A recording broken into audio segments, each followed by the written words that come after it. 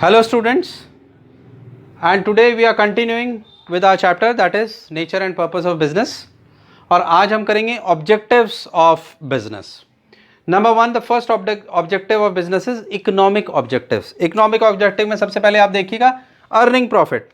हमने इससे पहले भी डिस्कस किया था दैट बिजनेस का सबसे मेन प्राइमरीली जो मोटिव जो मकसद है वो है to earn profit, that is economic objective.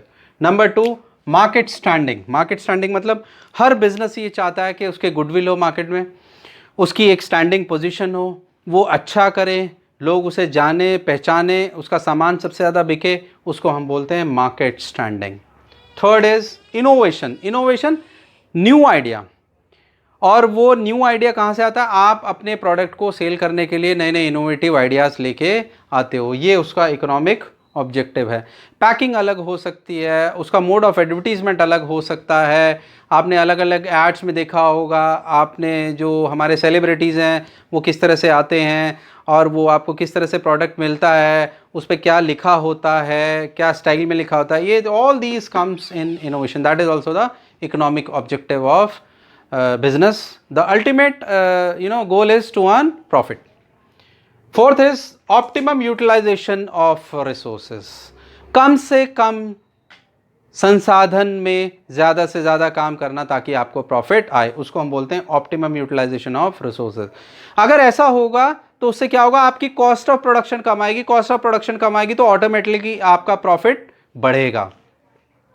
Improving productivity, और आपकी प्रोडक्टिविटी बढ़नी चाहिए. अगर इस साल सपोज 150 टन प्रोडक्शन हुआ है तो 150 टन मैनेजमेंट फिर खुश नहीं होगा, नेक्स्ट टाइम उसको इंक्रीज कर देगा, भाई हमारा 160 या 170 होना चाहिए, और नेक्स्ट ईयर 200 होना चाहिए, फिर 220, इस तरह से हो सकता है. Next is social objective. हमारा पहला सोशल ऑब्जेक्टिव है quality goods and services at fair price. अच्छे गुड्स बनाइए, क्वालिटी गुड्स बनाइए, don't cheat public, don't cheat the people, ताकि वो नुकसान ना पहुंचाए और लोग आपको ट्रस्ट करें. एंड लिखा है इसमें at fair price. What do you mean by fair price?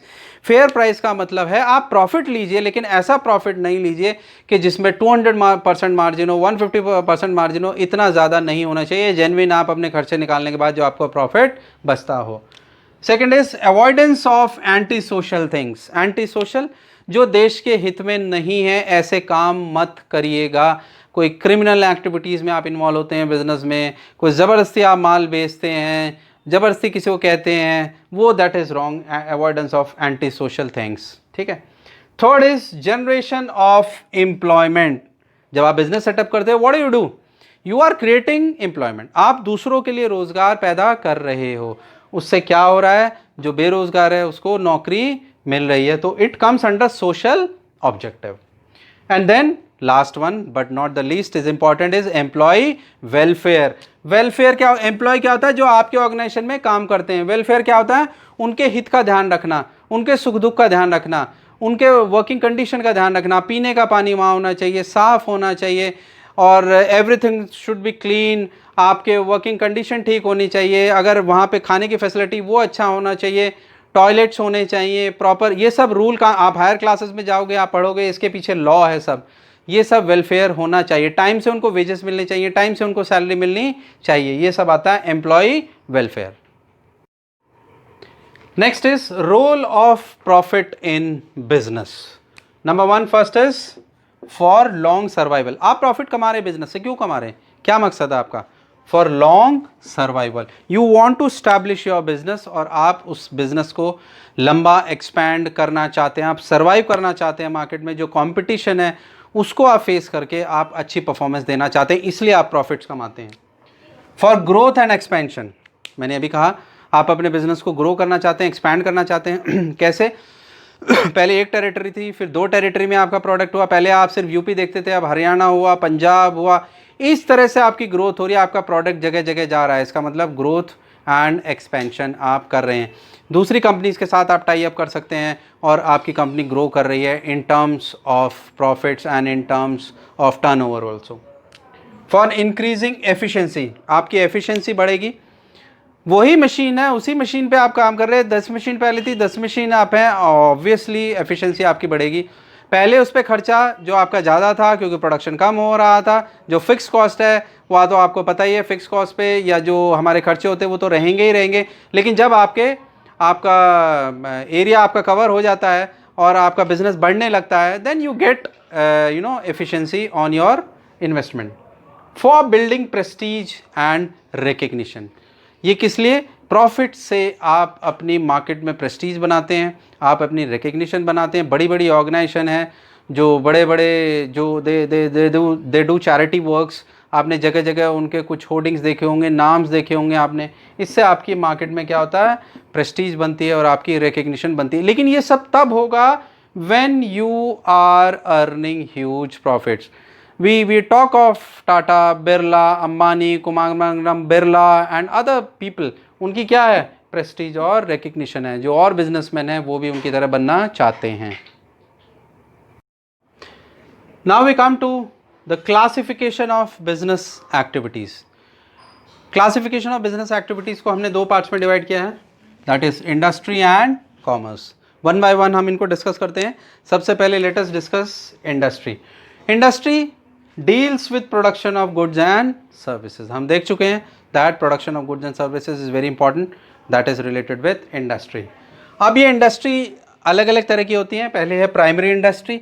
Primary industry वो होती हैं जो जिनको प्राइम कहा गया, जो एग्रीकल्चर से जुड़ी हुई हैं, जो फॉरेस्ट्री से जुड़ी हुई हैं, जो माइनिंग से जुड़ी। वहाँ से अगर आप कोई खुदाई कर रहे हैं, कोई एग्रीकल्चर काम कर रहे हैं, कोई प्लांटेशन का काम कर रहे हैं, उनको बोलते हैं हम primary industry. Agriculture, forestry, mining, quarrying and oiling, आप कहीं से तेल निकाल रहे हैं, उससे कुछ कर, that is all related with primary industry. Next is secondary industry. Secondary industry जिसमें कि हमारी आती है मैन्युफैक्चरिंग और construction.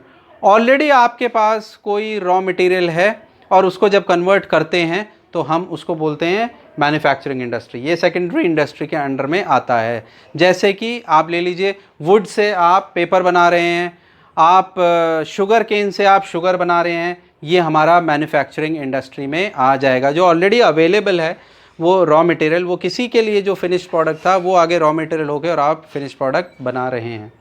Second is construction industry. Construction क्या होता है? Construction of buildings, dams, bridges, इनकी जो इंडस्ट्रीज होती है उसको बोलते हैं हम construction industry. Third one is tertiary industry. What is tertiary industry? ये हमारे बिजनेस को जनरली हेल्प करती हैं और ये उसे चलने में सहायता प्रदान करती हैं, जैसे ट्रांसपोर्ट, इंश्योरेंस, बैंकिंग। ट्रांसपोर्ट से क्या हो रहा है? आपका गुड्स इधर से उधर जा रहा है। इंश्योरेंस, आप अपने बिजनेस का इंश्योरेंस कराते हैं। And banking, you take money and loan. और अब आता है हमारा कॉमर्स। पहला था हमारा इंडस्ट्री, अब आता है हमारा commerce. Commerce deals with distribution of goods and services. अब जो इंडस्ट्री गुड्स एंड सर्विसेज बना रही हैं, कॉमर्स हेल्प करता है उनको डिस्ट्रीब्यूशन में, कंज्यूमर तक पहुंचाने में, जो उन्होंने इंडस्ट्री ने बनाए हैं। ये क्या है? इंटरनल ट्रेड और एक्सटर्नल ट्रेड। इंटरनल में हमारे क्या आ जाता है? Wholesalers and retailers. होलसेलर आपने सुना होगा, होलसेल, जो होलसेल इकट्ठा काम करते हैं और उनके अंदर में रिटेलर्स होते हैं। ये सीधा फैक्ट्री से माल लेते हैं होलसेलर्स और आगे फिर रिटेलर्स को ये माल देते हैं। रिटेलर्स छोटे स्केल पे काम करते हैं एंड फाइनली रिटेलर से फिर कंज्यूमर को पहुंचता है।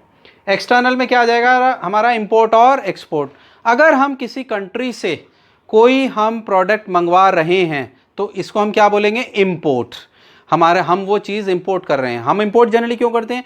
वो चीज़ उस कंट्री में बल्क में होती है, हमारी कंट्री में वो चीज़ बहुत कम होती है और जिसकी अवेलेबिलिटी इतनी ईजी नहीं होती है। एक्सपोर्ट क्या होगा? जो हमारे यहाँ बहुत ज़्यादा हो रहा है हम उसको एक्सपोर्ट करते हैं। ये हमारा बेसिकली आता है कॉमर्स में। और कैसे हेल्प करता है ये कंज्यूमर तक पहुँचाने में? ट्रांसपोर्टेशन प्रोवाइड कराता है commerce, banking and finance provide कराता है, इंश्योरेंस होता है, वेयर हाउसिंग होती है, एडवर्टाइजिंग होती है। मैं स्टार्ट करूंगा एडवर्टीजमेंट से। एडवर्टीजमेंट, आपके गुड्स जो इंडस्ट्री ने बनाए हैं, कॉमर्स हेल्प करता है। आप प्रिंट मीडिया में, इलेक्ट्रॉनिक मीडिया में एडवर्टीजमेंट देते हैं, आप फ्रेंचाइजी बनाते हैं, आप अपने गुड्स के बारे में बताते हैं। ये कौन कर रहा है? This is commerce, this is the function of commerce, advertisement. Warehousing, जहां आप गुड्स को स्टोर करते हैं, वो खराब नहीं होते हैं, ये कौन करा रहा है? ये फंक्शन किसका है? कॉमर्स का है, ताकि वो सही टाइम तक आपके पास पहुंच सके। इंश्योरेंस करते हैं, वेयर हाउस का इंश्योरेंस होता है, आपके बिजनेस का इंश्योरेंस होता है, and through banking and transportation, trucks हैं, लॉरीज हैं, कार्स हैं, जो भी मैकेनिज्म है उसको पहुंचाने का वो कॉमर्स हेल्प करता है। So please don't get confuse and आप इनको सेपरेटली स्टडी करिएगा। Now we come to our next topic to wind up, that is business risk. हमने अभी तक पढ़ा है, हमने अभी तक देखा है रिस्क होता है बिजनेस में, क्यों रिस्क होता है, किस तरह का रिस्क है, वो हम पढ़ने जा रहे हैं। Number 1, first point is causes of business risk. First point is natural cause. जो सबसे पहला और जो मेन कॉज जो बिजनेस में होता है वो है नेचुरल कॉज। नेचुरल कॉज क्या हो सकता है? नेचुरल कलामिटी, कोई आपको अर्थक्वेक आ गया, कोई फ्लड आ गया, कोई फेमाइन आ गया। फेमाइन क्या होता है? कोई भुखमरी आ गई। अभी रिसेंटली हमने देखा है कोविड-19 जो था, ये हमारा क्या है? नेचुरल कॉज है बिज़नेस का। अच्छे बिज़नेस जो स्टार्ट हुए, अच्छे बिज़नेस जो चल रहे थे, वो 5, 6, 7 महीने कोई प्रोडक्शन नहीं हुआ and they suffered the huge loss and ultimately is a business. Natural cause generally आपके हाथ में नहीं होता है। कोई 2 कंट्रीज़ में वॉर हो जाए तो नेचुरल कॉज हुआ, भूकंप आ गया है, बाढ़ आ गई, बारिश आ गई है, आपकी मशीन ख़राब हो गई हैं, that is all natural cause. Second is human cause. Human cause are related with by the mistake of human beings. जब हम ऑर्गेनाइजेशन में कुछ ब्लंडर्स हो जाता है, कुछ मशीन में आपकी आग लग गई है, कोई अचानक से बाय मिस्टेक हो गया है, तो हम उसको बोलते हैं ह्यूमन कॉजेज़ ऑफ रिस्क। या आपने कोई गलत डीलिंग हो गई है गलती से, वो जिसकी वजह से आपको नुकसान हो गया, that is human causes. And last one is economic causes. Economic causes क्या? आर्थिक कारण।